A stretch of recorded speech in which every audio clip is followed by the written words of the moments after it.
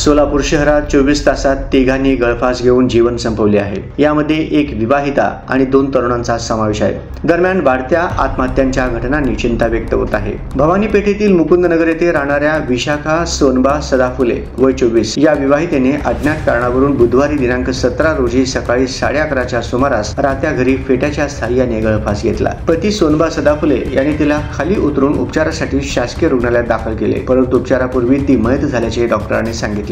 दुसऱ्या घटनेत परमेश्वर उर्फ आकाश भारत ससाणे वय 29 राहणार राजीव गांधी नगर भवानीपेठ सोलापूर याने अज्ञात कारणावरून बुधवारी सकाळी 9:30 वाजता मावशी मंदाकिनी घोळसंगे हिच्या घरी पत्र्याच्या वाशाला दोरीच्या साहाय्याने गळफास घेतला। भाऊ विकास ससाणे याने जोडबाई पेठ पोलिसांच्या मदतीने त्याला उपचारासाठी शासकीय रुग्णालयात दाखल केले। उपचारापूर्वी तो मयत झाल्याचे डॉक्टरांनी सांगितले। तिसऱ्या घटनेत निलेश विकास भटकवाड वय 25 राहणार जय मल्हार चौक बुधवार पेठ सोलापूर याने मंगळवारी दिनांक 16 रोजी सायंकाळी राहत्या घरी लोखंडी अँगलला साडीच्या साहाय्याने गळफास घेतला। नातेवाईकांनी फौजदार चौडी पोलिसांच्या मदतीने त्याला उपचारासाठी शासकीय रुग्णालयात दाखल केले, मात्र उपचारापूर्वी तो मयत झाल्याचे डॉक्टरांनी सांगितले। या 3ही घटनेची नोंद सिव्हिल पोलीस चौकीत झाली आहे।